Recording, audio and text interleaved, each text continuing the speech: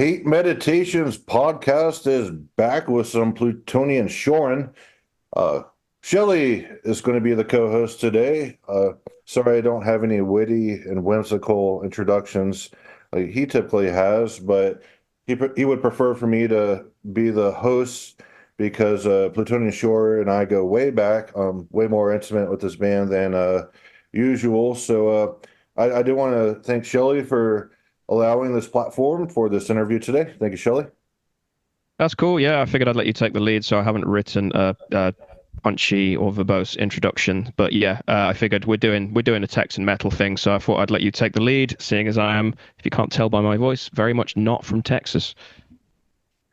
Yep, yep. When I told Zeus here, um, Shelly was going to be joining us, he referred to you as a she. Sorry Um, about that.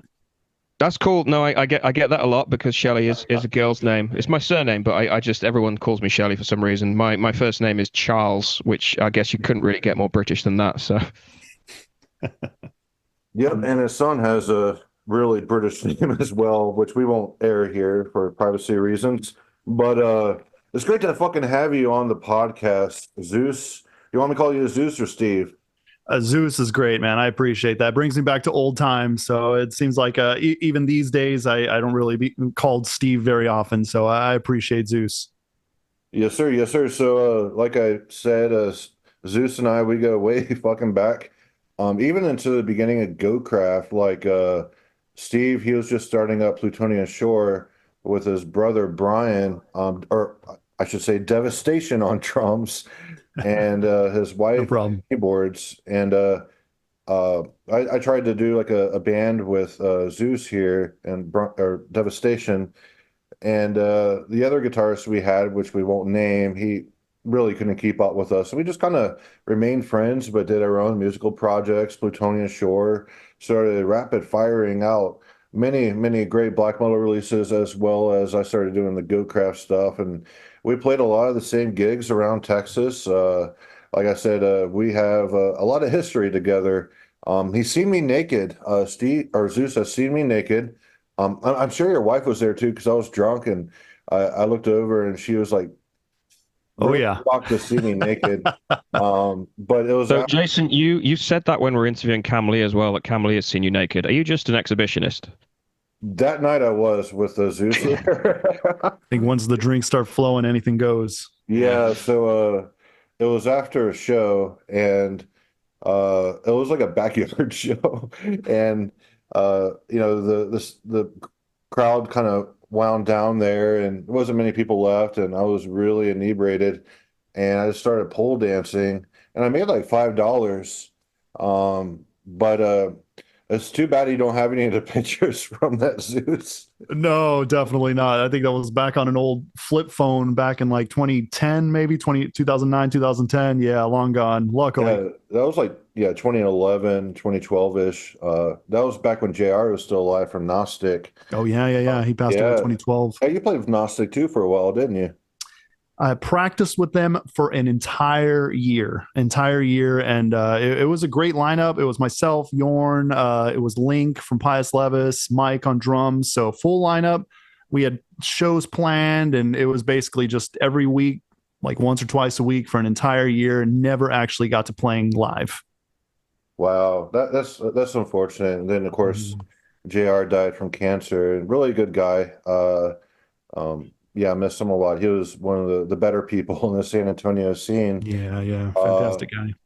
but yeah, he texted me right before he died. Is just, I love you, Jason. And I'm like, okay, I love you too, bro. Yeah, he's just that type of guy for sure. And yeah, then next thing I know, he was dead.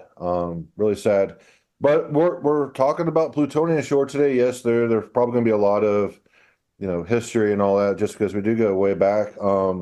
But Plutonian Shore is really special in regard to not just the Texas black metal scene, because the Texas black metal scene, you can say it kind of has like a war metal-ish sound, other than like Absu and of course Versifera and all that. But there's a lot of bands like Thorn Spawn and like you said, Pius Levis. It's not even a real word. Levis. Bands of that nature. But Plutonian Shore was actually a family band. Like I said, Devastation and Zeus are brothers, and Zeus's wife was on keyboards. So there was really good like family synergy back then when the band formed. Do you want to kind of talk about how the band came about in that aspect? Like, didn't you guys live all together at one period of time? Yeah, right around that time. It had started, I started writing the music probably end of 2009. The first couple songs were actually for a band I was playing in called Ancient Malice. Actually, I was playing with them for a couple years. Um, as what happens with most bands, you get a central writer, and the songs weren't meshing with what they had going on. So I said, okay, fuck it. I'm just going to kind of do my own thing. Ended up finishing off with them and just went full force writing just like our first full length album. I think half of writing it was just kind of saying fuck you to them in a way, just to kind of get my own release out because they had been struggling to put something out for ages. So I'm like, okay, fuck you guys. I'm just going to put something out on my own. That's when Ave Mysterium was born. And I've always been a DIY type of guy. Kind of what do I have available to me, that I can use. I didn't really know that many people at the time as far as musicians. So okay, I've got my wife here. I know she plays a little bit of piano. My brother's a drummer. I'm just going to utilize exactly what I have around me, and it seemed to work out pretty good. So we basically just outsourced a bass player, which at the time was a kid I played with. His name is Grim, which we called him at the time. He played in another band I was in shortly called Legion of Demons. Great bass player. He was a good kid. So I recruited him, and just the four of us, we just went full force with it. Yeah, and then you had Chris Rosamere on bass right after that, right? Yeah, so that was probably about a year or so later we got Chris on board. Yeah, fantastic as well. He was actually really good. He had just come back from his military service. He was in the Marines, and I remember meeting him for the first time at it was Melakesh Rotting Christ show, probably around like 2010, 2011 in Austin at the old emos that used to be there, and just kind of chatting it up with him. And at the time, he was just fresh, wanting to jam, and I just had a good feeling about him. Like, hey, do you play an instrument? We kind of got along really well. We had the right vibe, so I just asked him like, hey, if you ever want to jam, let me know. And when things didn't work out with Grim, that was the first person I reached out to. Yeah, that guy was crazy and hilarious, and everyone knows that guy is always fucking stoned as hell. But Oh one yeah. time, I was drinking with him, and I was over at his apartment, and like you said, he was just right out of the Marines, and I was pretty fresh out of the Air Force, and he was like, "Jason, let's start our own mercenary company, like Soldiers of Fortune." And I'm like, "Dude, that's a great idea." Nice. And but if you don't know, currently Zeus is in the Navy. He will Mhm. be leaving the military in the next couple of years, and I think that's partially why he's back on social media and all that, just to reconnect with a lot of people from the music scene. Is that correct, Steve? Yeah, after a while, I did my thing. I think the first few years in the military were just nothing but. It was such a grind for me. I joined a lot older than most, so it was definitely a big cultural shift, and I basically just wanted to focus on getting everything in order as far as like career wise. I wasn't exactly sure where I stood as far as like, do I want to continue with the military for like do a full 20, or am I just going to kind of ride this out temporarily? And I think over time, I probably didn't play music when I joined the military for almost 2 years, like didn't touch a guitar, didn't do anything. And I completely thought I was done with it. I'm like, maybe music isn't for me anymore. But, after a while, when you truly are meant to do something and you're called to do something, I think no matter what, it's going to find its way back. So I picked up the guitar again, started jamming, wrote an ungodly amount of songs just right out the gate, probably some that will never see the light of day. And I knew probably about 3 years back now that I eventually wanted to bring Plutonian Shore back, at least some creative aspect, maybe not Plutonian, but some, I wanted to do some kind of project that was definitely in the realm of black metal. That's the one genre that I've always felt the most kinship with, the most pull to. It's basically all I listen to, not to, but I knew that I would be back eventually. And most people would say like, "Oh, you just came back out." You're like, I've been writing this stuff for years, but it's, you start to miss everyone, and I kind of missed everyone I used to at least, go to shows with and kind of, be around as far as like the artistic aspect of it. And it was very difficult being kind of in this, even today, it's difficult being in a setting where there are not many creatives. And Jason and I have talked about this as well, that it's really not conducive to the artists, just creativity in general. It's very rigid, it's very structured, which I appreciate that in a lot of ways, but just does not allow room for any kind of individuality or creativity. So yeah, just started reaching out to everyone again, reactivated my Facebook, and here I am. So just to pull it back a little bit, because I think we jumped forward a little way there, but Mhm. you what you described earlier on with like your early lineup sounds like quite a bit of a motley crew of different people that you could kind of cobble together into what was a band. Like, would you say that that's sort of common of Texas metal, or in particular San Antonio, and also like you clearly obviously wanted to be like a black metal band from the get-go. Was that kind of, I guess I'm trying to say what was the sense of the scene at around the time that you formed? Because I know quite a lot of Texan black metal, but aside from the likes of Absu or Reverse Sephra, most of that is via Jason and just knowing him and being based in that area. It's not. I don't think it's an area that a lot of people associate with black metal in general. So like, where did that come from? Like, I would say at the time we started, it was not well received. I would say black metal in general was almost non-existent. Maybe a small. I could only think of, besides those bands you mentioned, maybe just a handful in every city, maybe like one or two, honestly. So it was not really any kind of black metal scene when we started.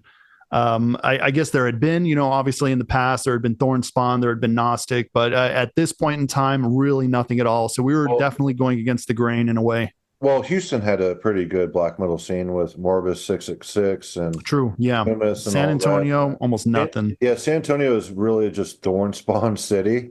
Thornspawn was the main attraction in San Antonio. And that band, broke up, became two different bands. You have Thornspawn and Fowlis, and then Hod and Pius Levis, Mm-hmm. Levis, which they've gone more in like a proto death metal type of sound rather than, straight up black metal.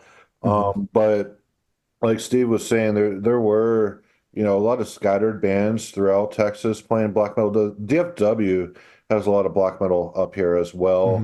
Mm-hmm. The showings in the Dallas area are like typically larger than anywhere else in Texas that I've seen, rather than, like full-fledged festivals like Destroying Texas Fest and all that. But I would say the Dallas scene is pretty conducive to black metal. So it's kind of funny because you go to a black metal show up here, and there's actually fans who put on corpse paint and attend shows.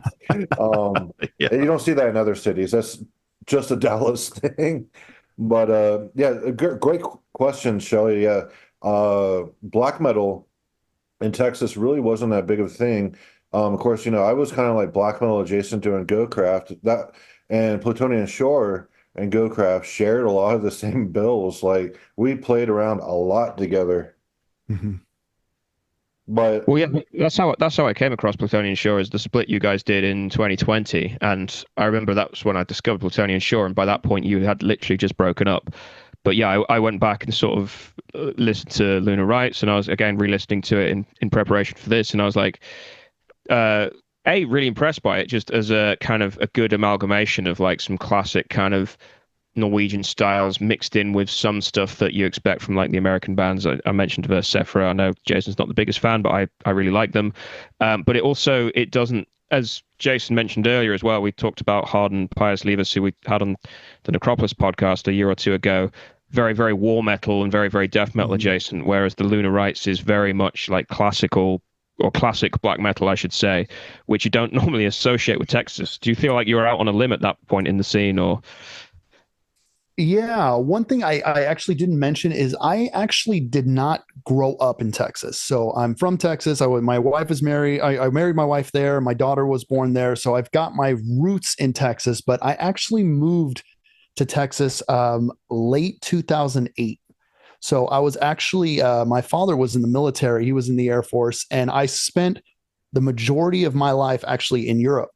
So from basically, I spent about 4 years from, I wouldn't say like fifth grade until my freshman year in high school in Italy, and then my high school years, and then a few years after that in Germany. So I was very very influenced kind of by the European scene there. So I think a lot of the sound that we have is really it was ingrained during my time of living in Germany and really kind of becoming, just engrossed in the local scenes there, and kind of going to a lot of the major cities, seeing Cologne, seeing bands like Satyricon live there. So that really kind of like set the tone for what I wanted to do. That's interesting that because like yeah, Germany, I don't often associate it with black metal. I know there's some very good black metal bands from Germany, but it's more of like a sort of thrash or maybe even classic Mm-hmm. speed or power metal center. But because of Wacken and because it's sort of so central to the European continent, it's just become a hub of like metal culture in general. So it's interesting that yeah, you spent a lot of time there and kind of Mm-hmm. yeah, you would have seen a lot of bands from yeah Scandinavia and all over Europe playing there, I suppose, because it's just like I don't know, it's the center of metal culture in Europe, really. Definitely. Yeah. Yeah, something to also mention about San Antonio, especially, it's a military city. There's a lot of military bases. A lot of people retire in San Antonio, all the way up to Shirts. There's a lot of military people up in Shirts, Mm-hmm. just right north of San Antonio. So that's perhaps the reason why Zeus's father came to Texas, because it's such a large military community there, San Antonio. Yeah, definitely, Correct me if definitely. I'm wrong. Is your father originally from San Antonio? He actually is not. So we've got roots in Arizona, but they had been to San Antonio many times. We honestly had no prior family there, but they loved the city so much they wanted to move back. And basically, I was in a situation where I was young. I was trying to live in another city. It's kind of funny. Right around 2007, I actually was trying to live in Winnipeg, Canada. I got a wild hair. Like, hey, I want to explore the world more. Let me go. I followed somebody up to Canada. Things didn't work out. And of course, I was like, where do I have roots? I really know no other family except my parents at the time. I was very young, just early 20s. So that's what kind of brought me to San Antonio. Kind of tail between my legs. Hey, I need to rebuild. Can I live with you guys for a little bit? And that's what originally brought me to San Antonio. I see, I see. That makes a lot of sense. So, yeah, kind of piggybacking off of Shelley's question about the unique sound that you have, I would say it's broadly European as well, because I can tell there's some of the Greek black metal influence as well as perhaps some Belgian stuff, like what's that band, like Enthroned and all that. But also I would say like broadly European, rather than there are some calling cards to Rotting Christ Mm-hmm. and Plutonian Shore, but how about you? Like, what specific bands are your greatest influences? Because I was trying to listen to the various eras of Plutonian Shore this morning, and the sound has you know evolved quite a bit from Mm-hmm. release to release. What would you say like your main influences are? I would say single greatest influence, at least until this point, that I've reflected back. They've kind of come in and out of my life at various stages, but at this point, 100%, my number one favorite band is Abigor. They are just, I think they have the most complete, most incredible discography. They've changed as well over the years. They've kind of gone through their raw stages. They've gone through their experimental electronic stages, but by and large, I mean, absolutely everything they put out is just incredible. So huge influence for me, especially early on using keyboards. With their album Nach Themen, that was a huge influence back in the day. Just kind of mixing raw black metal with kind of like those atmospheric elements.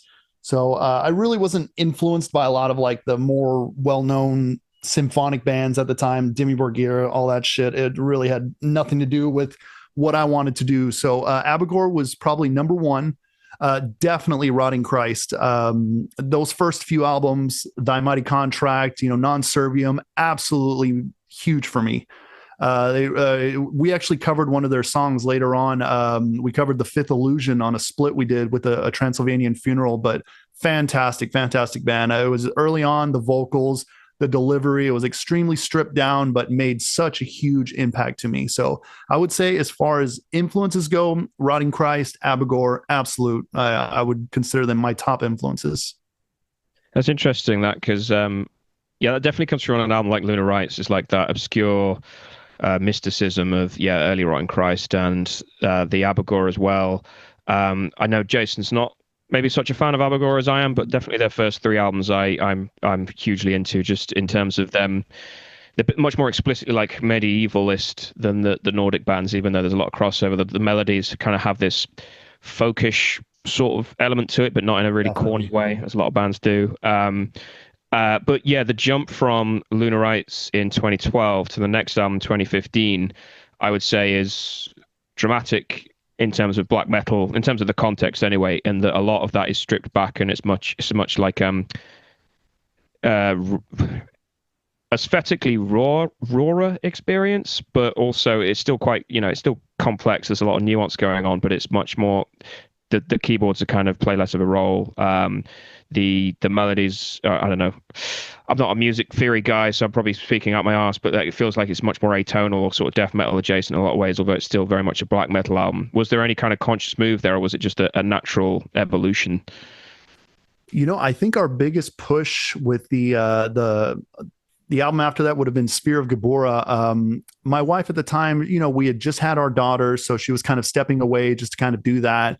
And, and we kind of played with the idea, do we want to continue with keyboards, or, do we want to? So originally, all those songs, we actually have some record. I probably got them on a hard drive somewhere where all of those songs actually have keyboards, and it actually is a pretty nice effect. But I always had the philosophy, I did not want to record anything that I could not perform live. So, it was just three of us at the time. We recruited a drummer from a band called Stahl Gorthorl. Young kid, his name is Anthony, fantastic drummer as well. Myself, Anthony, and it was Jake Holmes at the time. Just the three of us just decided to go ahead and record the songs completely brand new, just the three of us, just so whatever we recorded could be exactly replicated in a live setting. And the push to really make the songs, I guess, more aggressive, faster is we really wanted to create this intense live performance. So that was always, I think Plutonian Shore is always going to be a live band versus a studio band. The recordings have never really been up to par with what I've always had in my mind, but I've kind of just settled because it was always something either we couldn't afford to get studio times or whatever else. But I definitely wanted to have recordings that would at least feel live. And that way, when we perform them, it would have this absolutely vicious attack. So I wanted to use kind of like shows as well as a means to kind of create like a trance-like state. Because when you're there, you're performing, the songs are that intense. I'm singing, I'm playing. It really is almost like a transcendental experience. And we wrote a few songs like that, and I would say it was very intoxicating. So I was like, I got to do more of this. And lo and behold, an entire album came out of it. There really isn't much of a break with that entire album, and it was extremely fun to play live. I mean, we would just go absolutely apeshit on stage, just to completely lose ourselves. So it was really something I knew that we had to continue in this direction for sure. Yeah, no, that's interesting because it's kind of like the two competing impulses I have when I'm into black metal, because I like albums that are just like an experience where, there's no way they could replicate it live, but they layer up all these sounds and there's lots of keyboards and ambient sort of guitar noise going on, and it's more like well, I guess more like an ambient or electronic album in a way, and it sort of make this experience. But also equally, I really like the idea of, as you said, a band that is just a band kind of playing, not to sound corny, but like a ritual almost. It reminds me of like the first three Gorgoroth albums, where it's just a band in the practice studio going absolutely crazy, and you kind of get into this trance-like state. And I really love watching. There's plenty of like forms of music that do that. in a live setting, but being sort of a black metal fan, when you're watching a black metal band that has, yeah, no keyboards, no backing track, nothing, just kind of going for it in a, quite sweaty venue, whatever, it is quite a unique experience over and above some of the genres because it just has that intensity. And I think, yeah, that comes through on an album like Pentagram or Antichrist or whatever. And Mhm. yeah, that definitely carries through on what Sphere of Gabura? Am I pronouncing that right? Yeah, Or Gabora, exactly. Gabura? Okay. Yeah, definitely. Yeah, that's the kind of that's the other. I guess it's the sort of primal element of black metal that is at the totally other end to the more ethereal, like summoning style stuff that I also love. But Yeah, exactly. I would agree 100%. And that's funny because I do love both of those. And it's funny you said summoning, another huge influence of mine. Absolutely. If you love Abigor, you've got to love summoning in some aspect. So definitely, I and you'll see as the years went on, I kind of jumped back and forth between those two styles now. yeah, that's definitely interesting. And also, yeah, summoning famously never really played live, and I kind of almost don't want to ever see them play live because I feel like it would ruin the illusion because it would kind of just be because it's all so synthetic, they do it all on synthesizers for the most part. It's like it would just Definitely. feel like, yeah, two guys with a backing track of it, like watching a Dungeon Synth show. Whereas I feel like a live black metal show should be quite visceral and violent in a way. But Absolutely. Very cool, very cool. Yeah, I was trying to pinpoint your expression earlier this morning. I was going through your discography, and what I came up with is that obviously, the expressions are totally different from release to release, but what seems to be a major thread is melodicism. Also, the way that you approach dissonance. It's kind of like within a melodic framework, if that makes sense, with how you play the higher notes and all that in a dissonant way. I mean, it's very dissonant, but you do it the same way you play more melodic riffs and all that. So I was thinking it was like high energy, angular melodicism and dissonance as like the core expression of Plutonian Shore. Granted, I hardly ever listen to Abigor, maybe once or twice in my life, and not really remembering exactly what they sound like. I remember the Pneumophytus sounds a lot like later Abigor because I Mhm. checked that out, just kind of compare it because Paul from Condemner said that. Uh, but yeah, it was kind of interesting just to kind of unpack like your expression throughout the releases, and of course with Alpha et Omega. Um, I remember the how frustrating that process was when you guys recorded that with Vernon, which I think Vernon had like a schizophrenic like breakdown or something like that. He was Oh, really wow. out Yeah, I there. hadn't heard from him. Damn, that actually checks out. Yeah, he was posting a lot of whacked out stuff, and yeah, like he had schizophrenia, everyone's stalking him type of thing. And but do you want to talk about like why the release of Alpha and Omega was delayed, and now it's been released three different times, if I'm correct? Basically, if you count the digital release, yes. So, I mean, we basically just did a digital. We did our split together, and then years later, I decided just this year, I decided to re-release it in kind of like a digipack form. But it's crazy now. Those songs were actually written. I wrote them back in 2015. So I had them all. I sat on them for an entire year, and that's what right around the time when I was recruiting Nick and getting David on drums. So I basically, with all the Plutonian Shore stuff, I write everything. So I write the bass, I write the guitars. I have an idea for the drums, and that's the only thing I let the drummers kind of express themselves. I'm like, hey, this is what I would kind of like as far as like a feel, but I really give the drummers free reign. The only thing I ask is just go absolutely insane. I want the chaos as far as the drums go. But it's just at the time this has been kind of like a theme, kind of a huge push why I joined the military in general was because we were just completely dirt broke poor. Could not afford studio time. We're just basically, doing this completely out of pure passion because zero money in metal music, as I'm sure everybody knows. We really just do this out of pure passion. So didn't have any money for studio, didn't have any money really to get any kind of like upgraded gear. I basically rode the same guitar out for over a decade. So we just I had found out our friend Vernon that Jason mentioned had started his own kind of recording studio. You know, he had some recording experience. So we basically paid him to come to my house at the time, which was in Shorts, Texas, basically set up like a mock studio in my living room. And we recorded all of that completely live.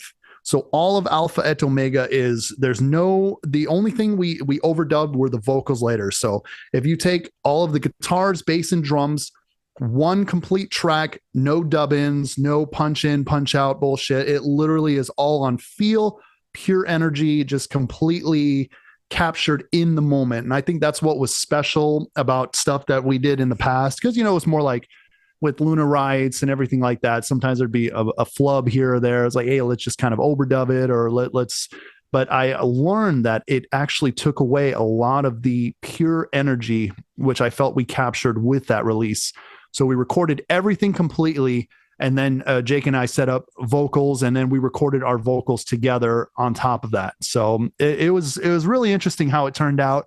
A living room recording. I mean, it was probably like not the most ideal recording settings at all.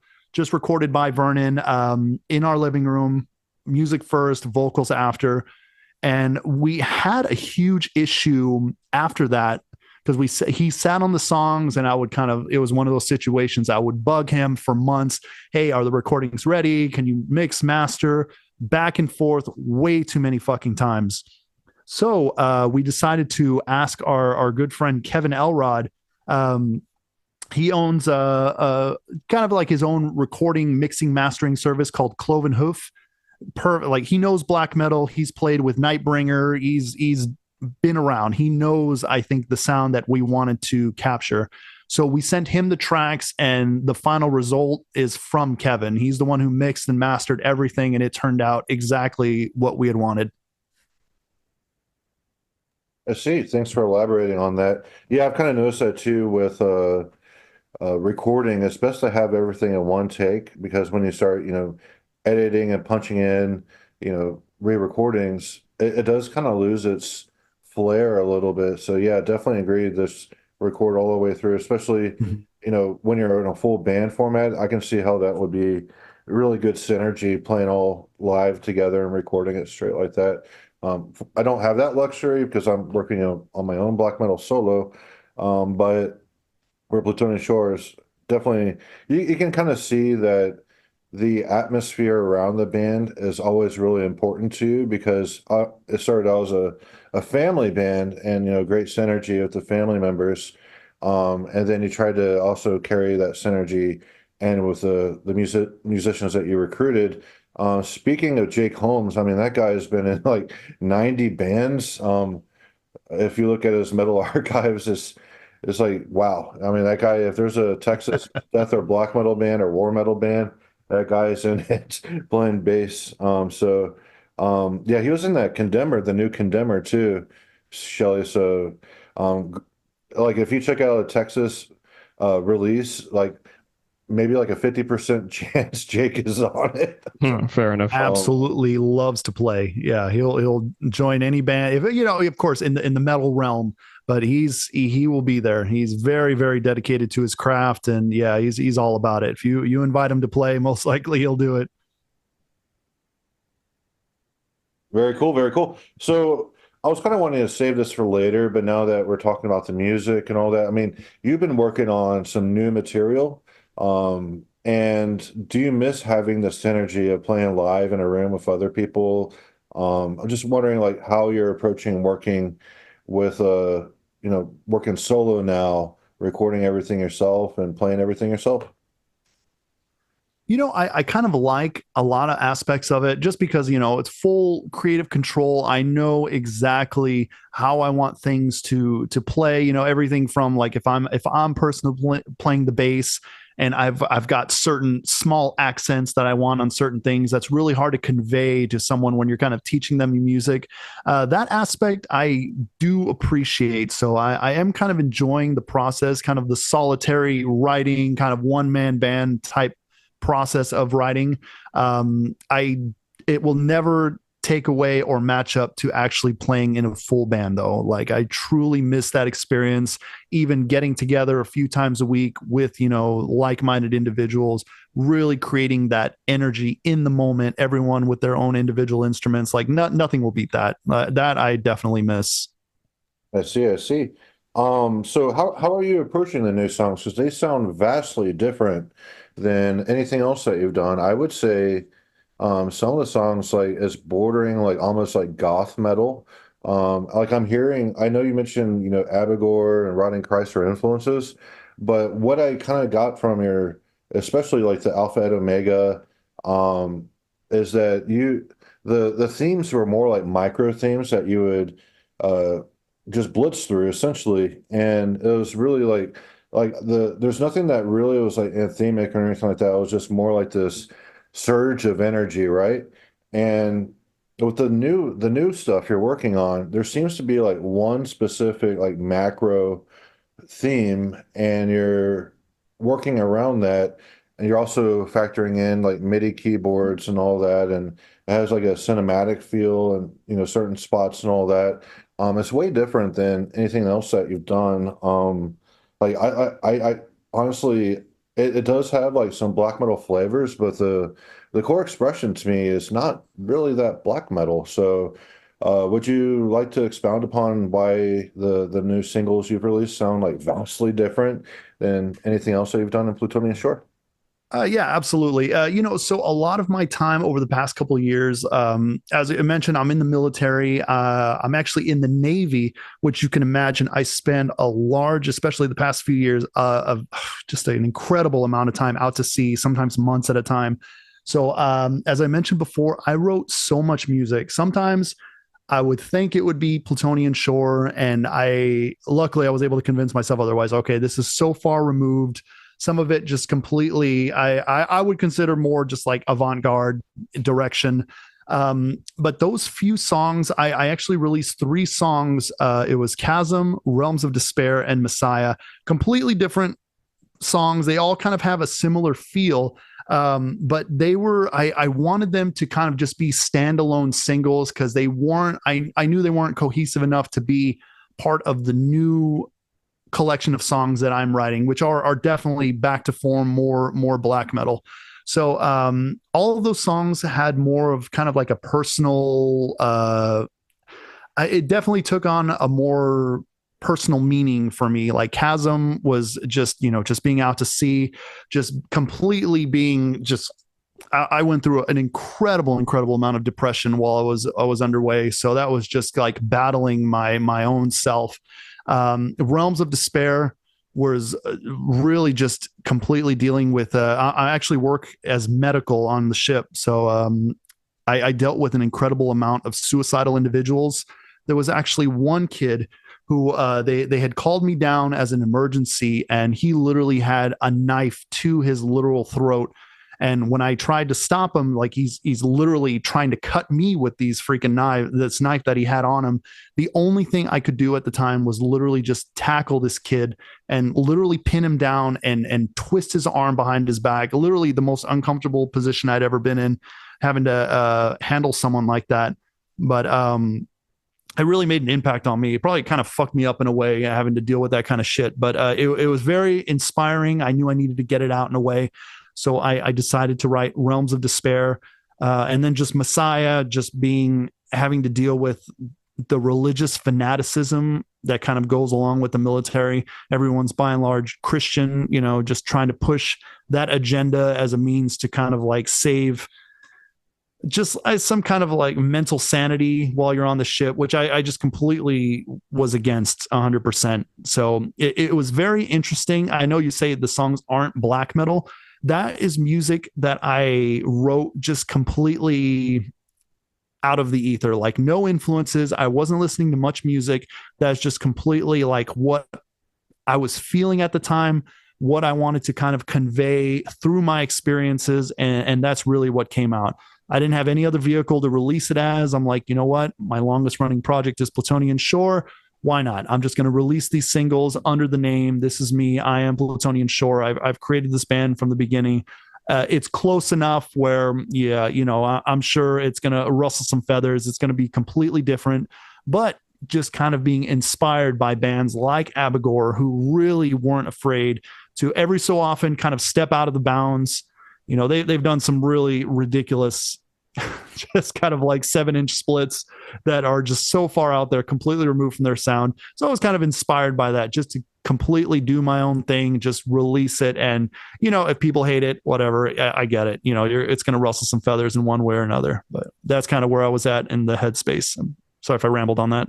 Yeah, it's cool. No, I was going to say, yeah, thank you for sharing that. It's really interesting, and I would definitely agree. I mean, I think Mayhem are probably also the other major example of a band that just always is taking left turns and doing things that the fan base don't expect, despite the fact that they're such an infamous artist. But it's really interesting that you shared like the intensity of those experiences. But even before you said that, and you were talking about how you're in the Navy, is like you must have been out of touch with, well, not just the metal scene, but the world in general for very long periods of time. So you're not really taking influence from anything that's going on in the metal scene in the last 5 years or whatever. It's sort of more coming from a very personal place. Like, do you, aside from Abigor, do you listen to any sort of, not necessarily contemporary metal bands, but anything that older bands are doing today and sort of regard that? Or is it more just coming from your own inner kind of place? I would say now that I've been back, when I'm underway, obviously it's very difficult. I really didn't bring much music with me. I really was isolated in that way. But I've been back in California now. That's where I'm currently residing since January, and I've just completely been delving back in full force. I mean, I'm a huge record collector. I really love any kind of physical media, vinyl, cassette, CDs. I'm constantly just consuming new music all the time. So I would say I've definitely become more inspired by a lot of current bands. I'm really into following labels that I really enjoy. A lot of the World Terror Committee stuff, pretty much anything they put out, I'm right there following it. A lot of the Norma Evangelium Diaboli label, anything they put out is incredible. I mean, it's always going to be black metal. Aside from, there's like a few, very, very few bands that I'll listen to outside of that realm. But yeah, I consume metal probably more than most in that respect. Yeah, I was going to say, in like today's age of there's too much out there. I would say following labels is probably the way to go, because they do the legwork in terms of filtering out the shit and bringing you what they think is worthwhile, and they'll put their name to it and stuff. So yeah, I would definitely say like finding a few underground labels that you semi trust is a way to sort of save a lot of time. But Yeah, definitely. I am very relieved that these singles are just a one-off because yeah, it was kind of interesting because your musicianship's great, Steve. I mean, Zeus, and but it really sounded like you're kind of going for like a mainstream appeal with a couple of those tracks at least. Very cinematic in some parts. Like I was thinking, the closest parallel to some of the material is perhaps Lord Belial of some of the not so masculine parts of Interesting. Lord Belial. But also, like I said, with the macroscopic theme, like each song has a specific theme, and the song is, built around, that musical theme, that musical idea, and it's expounded upon. And that's completely different than your approach with the prior material, where I feel Mhm. that, yes, some of the like Lunar Right songs, there are riffs that repeat a lot, but there's contrast between different riffs and all that. Whereas with the newer stuff, I don't feel that contrast. Mhm.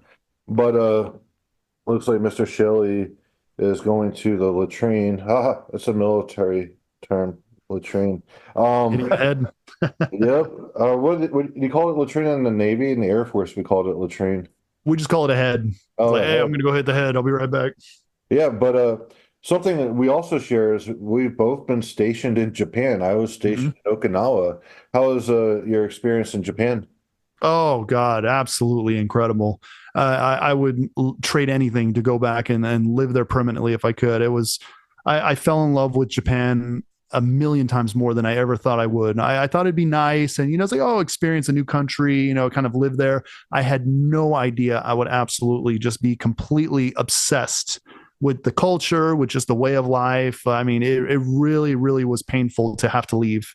And we actually used to go to Okinawa often. It was we were at in Sasebo, which is basically like the very tail end of Japan in the Nagasaki prefecture. And one of our main routes on my ship was basically back and forth from Okinawa to Sasebo often. You can't imagine the waves on those waters. Absolutely incredible. Which was it, Camp Lesnar that you stayed at? No, we'd actually be on the outskirts. I forget. It really wasn't a base. It was more just kind of like a small port on its own. Like it basically, you'd pull in. There was like a small area to kind of eat and kind of like a mini Nex or like a shop where you could buy toiletries and things like that. But we would actually take the bus, which was probably a good hour drive, and we would be in Camp Foster. Camp So I Foster, think yeah. Foster, yeah. And I then remember that. I had been to the Air Do Force they still Base. have the Olive Garden there? I don't remember I think seeing it one. was I'm Camp not Foster. sure. It's either Camp Lesnar or Camp Foster had an Olive Garden. But that's really cool. You got to go to Okinawa. I was stationed at Kadena Air Base. Uh, Yes, Kadena. Yes, I had been to Kadena as well. Yeah, that's a great spot. it was funny because we saw some, I was, ammo. I worked munitions, and there was some Navy people hanging around the dorms, and I forget, it might have been the dorms or a bowling alley bar or something like that. And the Navy, like, dude, back then at least, there was a lot of Navy BBWs, which would not pass in the Air Force, right? But I think, the Navy is a little bit more strict in that regard. But there used to be, airmen that would hit on the Navy BBWs. And it was really funny because they all always said, we're deployed. But in the Air Force mentality, like deployed means you're in an active war zone, Oh, is not that's just right? visiting a Okay, base. gotcha. Yeah. So that always kind of rubbed me the wrong way. It was the Navy BBWs always acting like, they're in a war zone. I could, Christ, I go for a piss for 2 minutes, and we're talking about black metal, and Jace somehow moved it onto Navy BBWs. How have you done that? hey, but it's great you got to see Okinawa. It's a beautiful island. And something that really struck me about Japan as well is that people are just fucking polite. Like Oh when God. I came back to the US, I had culture shock. As soon as I flew into an airport in the US, I forgot how fucking rude people were. But yeah, I totally miss like just how peaceful and polite the Japanese culture is. Level of service, yeah, just respect all around. Absolutely. I mean, the country is immaculately clean. And, and it's true what they say. If you had if I had a laptop, if I left it like on a table at a restaurant and walked away and literally went out for the entire day, you come back, it's still there. No one's going to steal anything. It's an incredible country. It's funny you say that because in the UK, America, and particularly like the South of America, has a reputation for being incredibly polite. And if I think about the rudest countries from our perception, it's like maybe Scandinavia, or probably the rudest country we know is France. But yeah, it's interesting the hierarchy of politeness. Although, yeah, we definitely say somewhere like Japan or China is got a reputation anyway for being very Mhm. polite, but America certainly does. There definitely is a southern warmth that you get. I've noticed that just being in Texas for so long. You come to the West Coast, no one's as open and welcoming. It's not as easy to approach a random person and kind of strike up a conversation as it would be back in Texas. Yeah, I think so back in 2016, my well, wife, soon to be ex-wife, we went on holiday to the East Coast. We did Boston, New York, and Washington. And I think she was subconsciously expecting some of that American politeness, but you get none of that in New York because they're just like, fuck off. I don't care if Oh you've got an yeah, English accent. It's like, just get out of my way. very very abrasive on the East Coast for sure. Yeah. Really, I would say like the good like Southern hospitality is more like a small town thing than like, the major cities. Like you go to Austin, you just see a lot of hipsters and they're not polite. And then San Antonio, yeah, you don't really get that Southern hospitality in San Antonio. But the hill country, like in Fredericksburg, I know we've been out to Enchanted Rock, Steve, you and Oh I. yeah, absolutely. Went Yeah, I hiking up forgot there. all about that. We climbed that and but just like Fredericksburg, going to the restaurants and all that there. They still speak German in public there, but Mhm. that southern hospitality, I would say, is more intact in the smaller towns than the major cities. So major cities is, it's not as rude as like New York. But yeah, you're gonna have more of just, people honking and stuck in traffic, hating life. Oh yeah. So I was going to ask about this in the wider context, and this might be a question for both of you as Texan guys. But I had Google Maps in front of me because my geography of Texas isn't so great. So yeah, we had San Antonio, Austin. Obviously, you guys mentioned Dallas, Fort Worth as well, which is where Condemnor are from. Um, they're all like fucking miles apart. Obviously, I live on a tiny little island, so it's all massive to me. But Austin and San Antonio. So correct me if I'm wrong, but Averse Sephora from Austin. From Austin, yes. Austin, yeah. What's the like? Is there any sort of difference between those two cities? Like, Fucking massive difference. oh, okay, okay. Well, it's just what I was saying. Like, I don't know anything about the local politics of Texas. So Shelly, you would probably like the politics of Austin since you're a doctrinaire Marxist. But yeah, it's very progressive city, which happens to be the capital of Texas. That's where Mhm. Greg Abbott is, who's a very conservative governor. But yeah, the cities are really different. Like Houston's just like a mishmash of a whole bunch of different cultures. San Antonio is a firm Mexican culture. There's Definitely. fiesta every year, and I think it's like 70% Hispanic.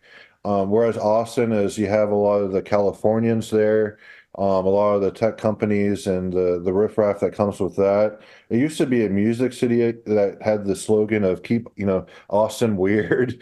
But that is slowly given way to just the kind of it's like we're in like a post-hipster Austin where very strange city. But just the bar hop on Sixth Street, it can be pretty fun, but you're going to run into a lot of like strange individuals in Austin. Like, uh, I was doing a show. I don't know if Plutonian Shore, but I've been to Austin with Plutonian Shore before. That one time Mhm.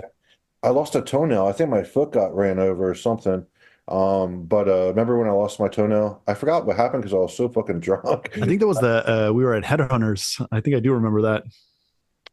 Yeah, I remember it was headhunters, but something happened like loading the your gear out. I forgot what happened, but I lost a like something smashed my foot and I lost a toenail. But anyway, but I did a go-kart gig one time there at Headhunters, and I had all the fake Party City blood on, and this fucking hipster walks by me, and he's like, "That's not sanitary." Like it's like I'm gonna spread disease and all that. The fake blood.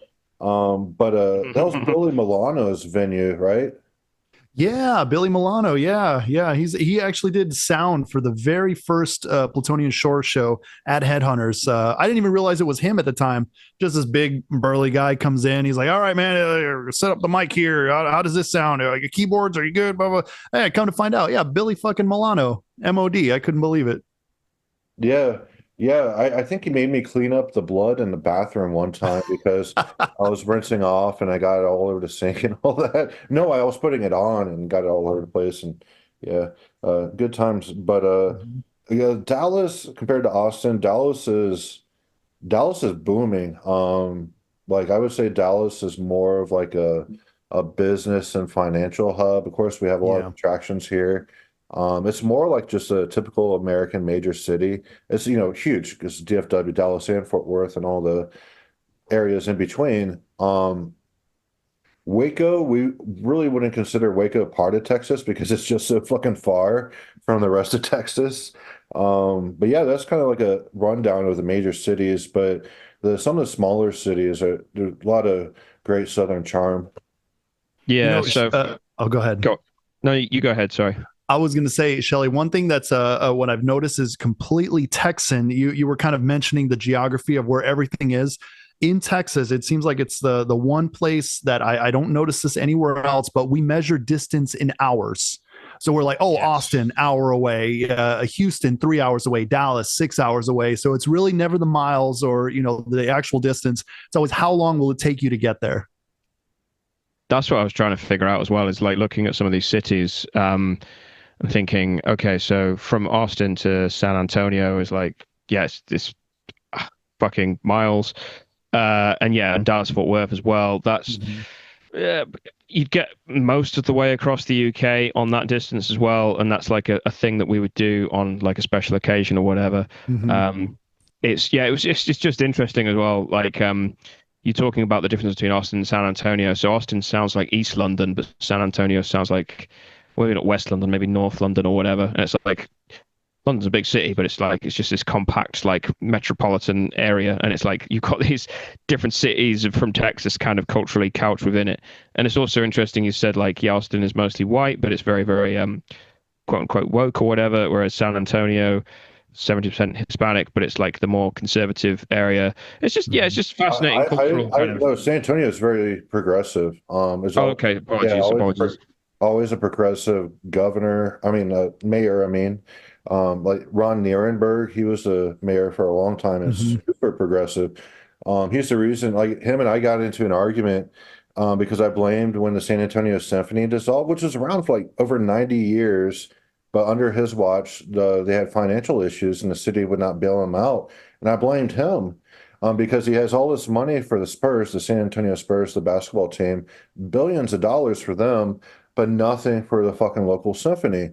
Terrible. So I forgot who I commented on. I blamed Ron Nierenberg, but on Facebook, he just started messaging me. It's like, I did everything I could, blah, blah, blah. It's not my fault. And he was really fucking defensive. But yeah, that Mhm. guy left a bad taste in my mouth. But I did a lot of volunteer work at the libraries in San Antonio with the book sales and all. That's why I have such a large library. And all the people I worked with in the libraries were all very progressive. But when you get around like the military people in San Antonio, because all the military bases, a lot of military people retire there. Mm-hmm. Um, like the neighbor across from my mom's house, he works at the Pentagon, way up there, high up in the military chain. Uh, they tend to be more on the conservative side. So it is a very liberal, progressive city, but there are little enclaves of, very conservative people. But Mm. whereas the DFW, I would say, is even more conservative than San Antonio. Yeah, I guess that's the thing I found fascinating about it, and this is a bit of a non sequitur, but like that is very similar to a lot of UK cities in that there are certain areas where it's very, very conservative, and then you drive like a couple of minutes up the road and it's suddenly very, very liberal or as lefty, as we would say in the UK. But I think the thing I find interesting is in the UK, I could literally jump in the car, drive half an hour down the road, and they have a different accent. Oh, Um, wow.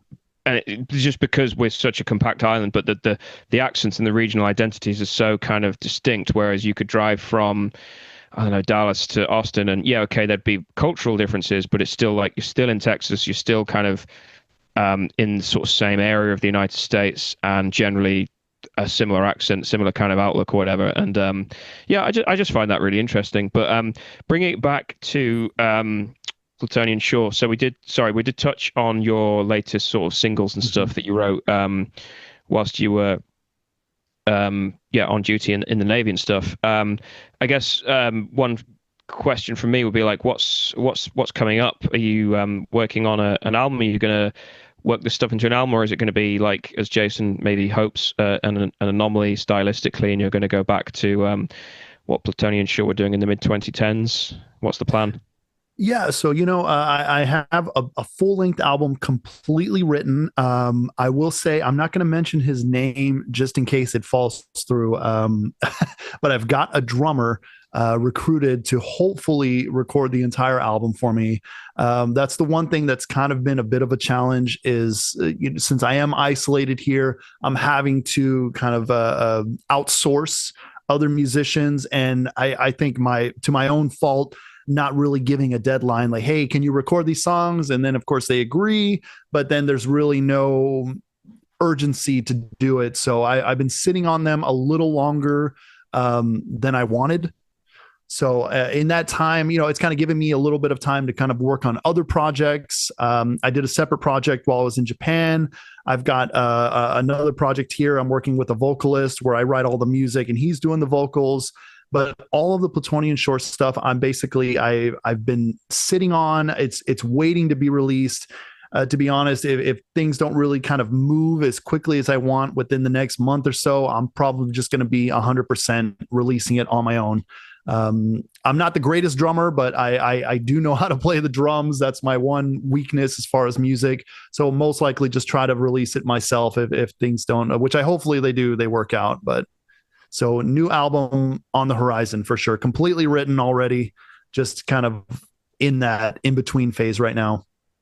I think I already know the answer to this because we had Paul from Gudema on late last year, and not for his latest album, but his first album, he was forced to use a drum machine. Is that something you would not entertain, or? I have used a drum machine in the past, so I just on certain demos and things like that. It's not if it captures a certain essence that I'm looking for, I'm not opposed to it because I love synthesizers. I love a lot of electronic music. I actually am inspired by a lot of like industrial things, stuff like even Nine Inch Nails or more experimental stuff like just stuff you would never expect. I like a lot of like breakcore, stuff that's really not as influential in the black metal realm, but I will not shy away from using electronic instruments. So it's really something it's not like I'm completely elitist, like, oh, I'm only going to use just like acoustic drums. Like if it's necessary, if it conveys the ideas that I want to capture, if it helps me get my art out there, I'm not opposed to it. Yeah, I think that's in my eyes the correct answer if there is such a thing. But like because I know like I think even Averse Zephyr used a drum machine on the first album, but like Septic Flesh in their earlier material, they used the drum machine and they made it work. It was more like an act of necessity, as you say, like if they just because good drummers, especially metal drummers, are few and far between, and locking them down is a fucking chore.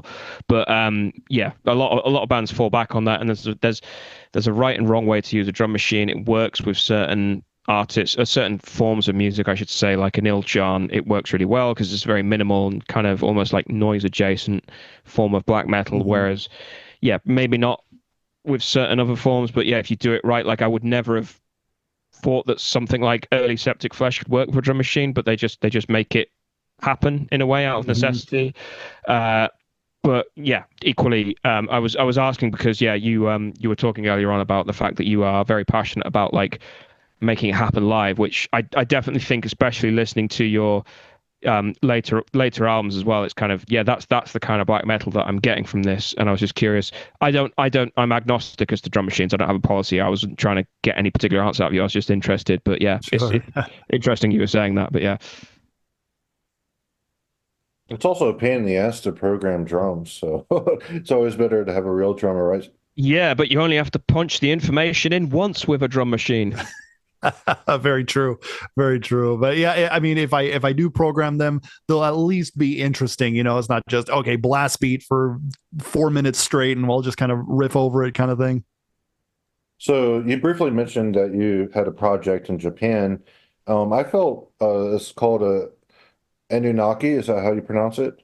Yeah, Inunaki. Yeah, exactly right. Yeah. So Anunnaki, I feel that it's more of like a true to form Plutonian Shore release than some of the singles you put out. Especially the last song, Death Shrine. There's like a calling card to like early Rotting Christ there that I really appreciated. So, did you approach Anunnaki the same way that you approached Plutonian Shore? Because it essentially sounds like a Plutonian Shore release to me. Oh, I appreciate it. I guess my writing style kind of seeps through. I had just had the goal of making this a raw release, nothing too fast, mid tempo. I just wanted to kind of capture some of that, I guess, the essence of my earlier influences, like you said, mentioned Rotting Christ. Even bands like from France, Vlad Tepes, Mutilation type vibe. So I really just wanted to kind of capture like an old, how else can I put it? Just kind of like a more cryptic vibe than I had with Plutonian Shore. Like that's why we recorded it to just a cassette player. It was nothing like well produced or anything like that. I had met a drummer in Japan while I was there, and he enjoyed a lot of black metal. So I think it was just like the perfect vehicle to at least stay creative, do something with it. And I figure, why not? I'm in Japan. Let me kind of delve into the lore of the local legends. Inunaki is actually a village in not maybe like an hour away from where I was in the city of Fukuoka, Japan. So it used to be like this city called Inunaki Village that they had a tunnel from Fukuoka leading into the Inunaki village, which apparently they've now completely sealed off. I guess it was just ridden with witchcraft and sacrifice of human flesh and things like that. So it was very, very interesting. I thought it was absolutely, I was completely inspired by it, especially being in that region, kind of being in the forest. And I was ultimately inspired just to completely just write a good amount of songs that we released. I'm like, hey, at least we can put something out under the Inunaki name. And I think it turned out pretty well. Did they abandon that little town with all the witchcraft? Yeah, it's completely abandoned now. Apparently, it's not even like they have a tunnel to Inunaki Village, but there's like barely any remnants of it anymore. So it's at this point just legend. Yeah, well, I mean, Japanese, there's a lot of superstition that goes on because even when I was in Okinawa, there was like one house where there was a few murder suicides, and Mhm. they viewed it as haunted, so they boarded it up. And right outside of Kadena, there's this little space that's completely abandoned because it's supposedly haunted. But yeah, it's really interesting because I took a Asian philosophy a couple semesters Mhm. ago for philosophy grad school, and I was learning kind of like Zen Buddhism versus New Land Buddhism and all that. And Interesting. a lot of the Japanese are into New Land Buddhism, which is fucking bizarre. It's essentially like Christianity with like because they believe like there's this pure Buddha land that they can go to. It's kind of like heaven. Mhm. Um, but they burn money and send it to their relatives. They even like send taxis to their dead relatives. It's really interesting, like just how superstitious the Japanese are. But granted, you have your more level-headed Japanese that are into science and philosophy and Mhm. all that, but there's still a lot of superstition that goes around Japan. So I was kind of interested to see if the Anunnaki town was abandoned, and it was. So really interesting that you delved into the lore there. And like I said, the music sounds like Plutonian Shore to me. I know when you came out with this newest issue of it, of the cassette, you said it may not be for everyone, but I feel this is like really, really accessible black metal. Oh, okay, interesting. I appreciate that. I appreciate that. But yeah, it was, I was inspired at the time. We wrote the music. One thing I'll share with you, one of the more interesting things I saw while I was in Japan that might not be directly influenced, but just kind of to show how spiritual these people are is, one of the main religions there alongside Buddhism is Shintoism. And I had maybe lived in Japan. We had lived there for like a month and a half. We bought a van. It was a Honda Freed was the brand. It's only a brand you can find in as far as the model. A Honda Freed is only in Japan. I bought it for about $1,000, and we decided to take a road trip. So we drove about 8 hours to the city of Kyoto and got to visit some of the shrines there. And I remember walking through the woods. It was my wife and my daughter, and they had this. It was like a small shrine in the middle of the forest that had like almost like a small waterfall. And I remember there was just this Shinto priest who was just kind of doing this ritual to himself. He was bathing himself in the water and kind of doing this whole movement of like bowing and soaking himself and just completely in a meditative prayer. And I just thought that was so incredible. It was really nice just to kind of be in an area that was just devoid of Christianity and really to see how spiritual these people can be. So I think it was really special. Probably not something anyone was really meant to see, but I couldn't look away. It was incredible. Interesting. Yeah, yeah, the Japanese are very, very spiritual, even with like their ancestors. There's a lot of veneration for their ancestors where every year they go and leave offerings on their graves or shrines or whatever they can to appease their ancestors because it's really like that legacy, the family legacy is really, really important in that culture. But let's see, what else can we ask you about, Mr. Steve? Mr. Zeus. Uh, so a couple of years ago, I told Shelly about Black Death Coven Records that after hours, Alex from Thornspawn, he would, lock up and we would just get drunk and blast metal. Um, you were there a couple of times, right, when we did that? Yeah, a good amount of times actually. Yeah, I do remember that.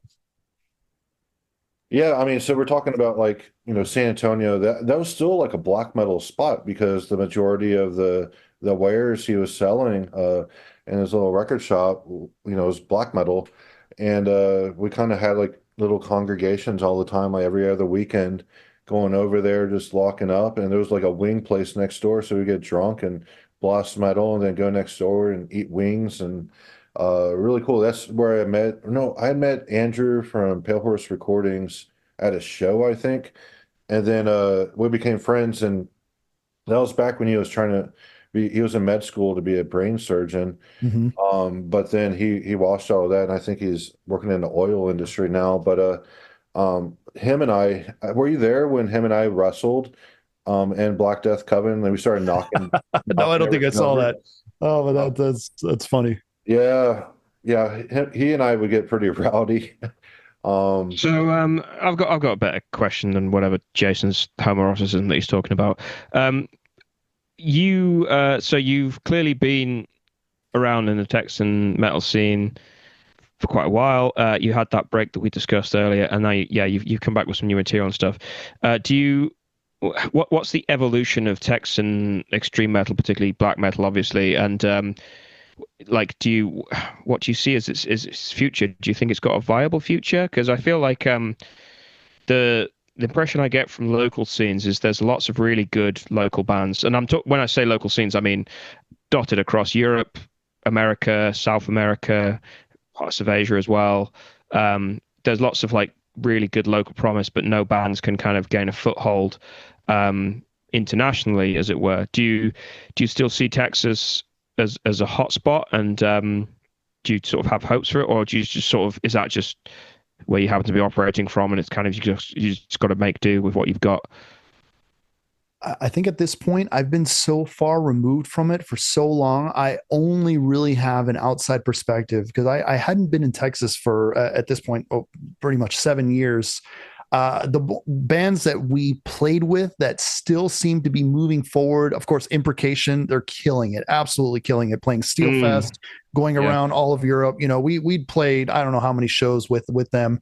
Absu, of course, I played so many shows with Absu, absolutely destroying. So I think it's more just the older bands that are still doing what they do since the late 90s, early 2000s that are still kind of holding it down.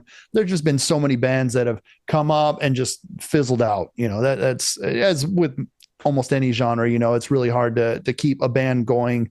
So the ones who are really holding it down are definitely kind of like the old guard for sure. yeah, I'm I'm trying to unsure. think. I'm unsure because now we have like the OSDM stuff here. Mhm. Has So that infected Texas as much as it has like I don't yeah, know yeah, the there's a couple of bigger like OSDM bands from Texas and I think the DFW area too. But I, I I think you'll agree with me, Zeus, but the vast majority of the Texas underground is more of the funderground, where it's more just like a social thing for a lot of people rather than like actually cultivating their own music expressions. It's more just, social. They go out, have drinks with their friends, take pictures together at shows, post it on social media, Yeah, I could rinse see and that. repeat over and over and over. They're not really trying to cultivate any sort of expression. So even, I have a lot of respect for Absu and imprecation that you mentioned, but they really haven't really pushed the mold in a long time either. So I mean, yeah, they're sticking to their guns and still, releasing, above average material. I guess for Absu, some of that stuff is really out there, um but yeah, the vast majority of the Texas scene is more of what we would call the Funderground. It's more of a social spectacle than any actual like authentic. You talk about like the Tampa death metal scene or the Norwegian black metal scene. It's nothing like that. It's a lot of weekend Well, no, but I hobbyists. don't think we're ever going to get something like that again, to be Yeah. fair. But Oh, but still, it's the vast. I would say over 90% of the quote unquote scene in Texas falls under the Funderground, which is actually antithetical to extreme metal because extreme metal is supposed to be antisocial. It's antisocial music. But in the Underground, it's just one big party.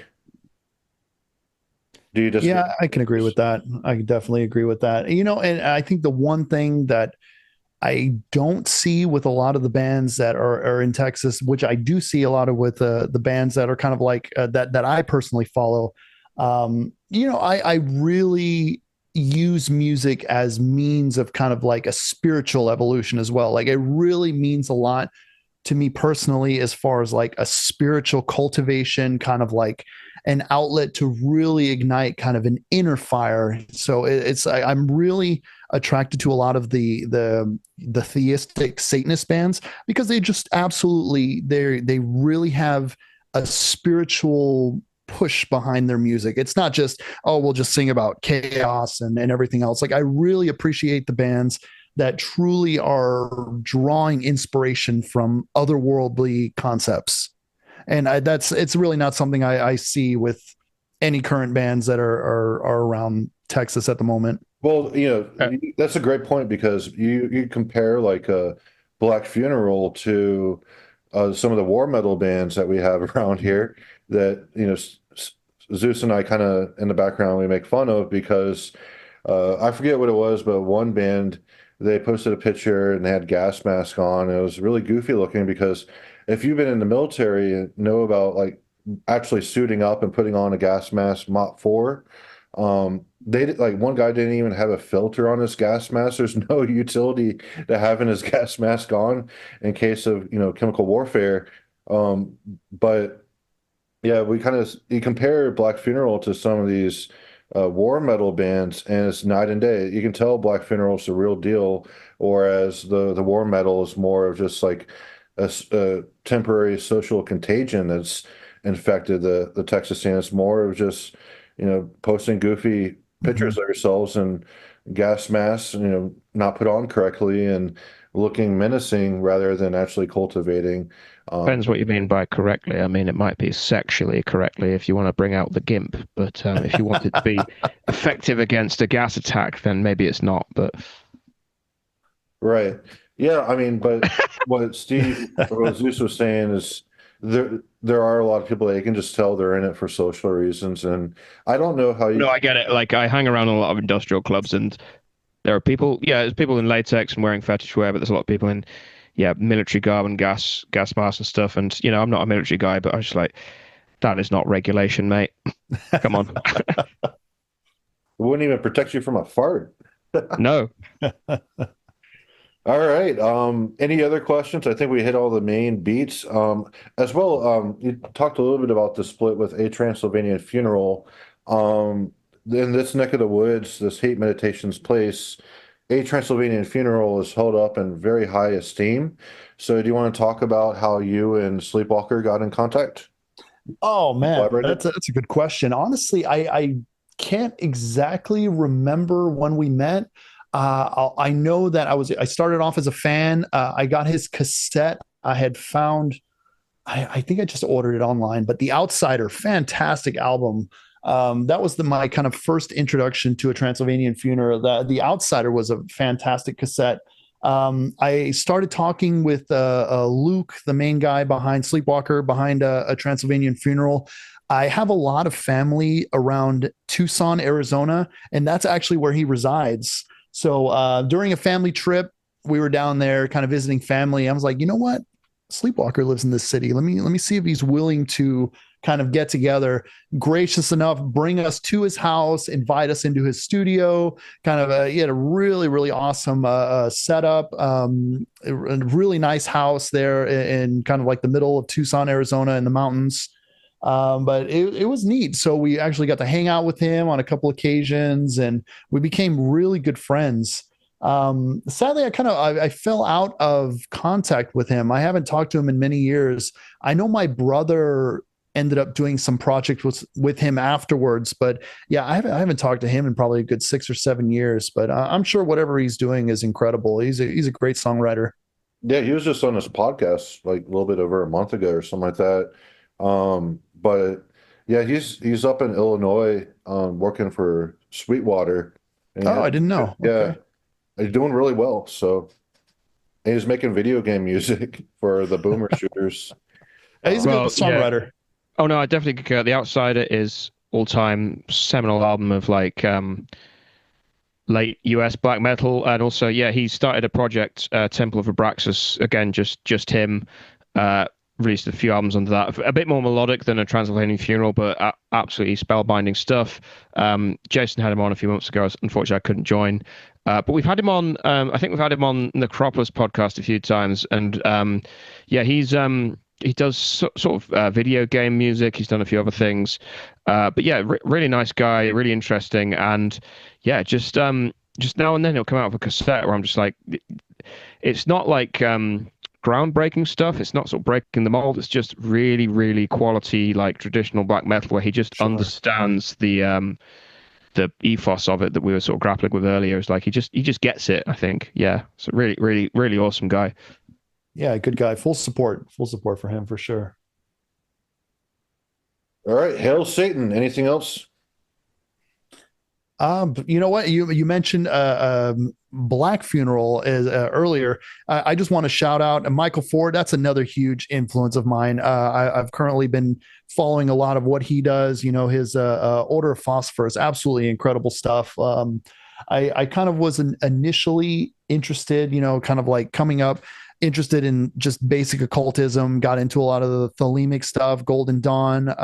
But he's definitely pushing the boundaries as far as occultism goes, removing any Abrahamic religion aspect of occultism. You know, his work with the Qliphoth, huge inspiration. I really follow a lot of what he does. So a big shout out to Michael Ford for sure. Very cool. Yeah, you can tell he's the real deal. Have you seen his YouTube channel where he does like deep dives into various satanic topics? 100%, absolutely. Yeah, I love his. He has a shop, the Luciferian Apotheca. I love his shop. He's got some great stuff. Yeah, big supporter all around. Black metal, Black Funeral, not Dark Funeral. Yes, Black Funeral. Absolutely. All right, as we say now, Funeral of Color. Apologies. Yeah. Let's not go down that making jokes. No, we're done. We're done, Jason. Sorry, I'm baiting you, and I'm yeah. I was about to say something really non-PC. um, just going down the joke trail, and you know, it's bound to go too far. Leave the not getting cancelled to me, Jason. It's fine. Yep. So in 2 years you'll be back in Texas making some black metal, right, Zeus?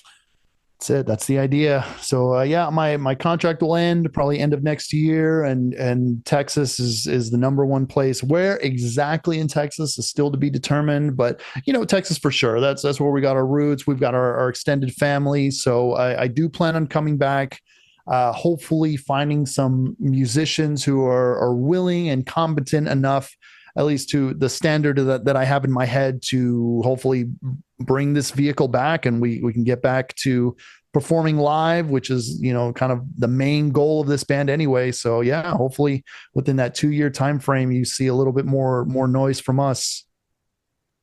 Very cool. You should move to the DFW. I've told you that 1,000 times. So Highly considering it. you should do it. You have a lot of friends up here, and you should use that GI Bill. You'll just go to school full time. They'll give you an allowance and all that. get educated. Mhm. And then you have the Hazelwood Act after that, you get a PhD. You can get a PhD in, Michael Ford. So, yeah. Definitely. All right, cool. Anything else, Shelley? You good to go? I'm good to go. I'm just working on my PhD in Michael Ford so that I can move to DFW. Other than that, I'm all good. All right. Well, it's been a pleasure, Zeus. I'm sure you'll be back later once the new album drops. Looking forward to it. I appreciate you guys. Shelly, nice to meet you. Jason, always a pleasure to talk to you, brother. Thank you guys so much for having me on. I appreciate it. Yes, sir. Cheers.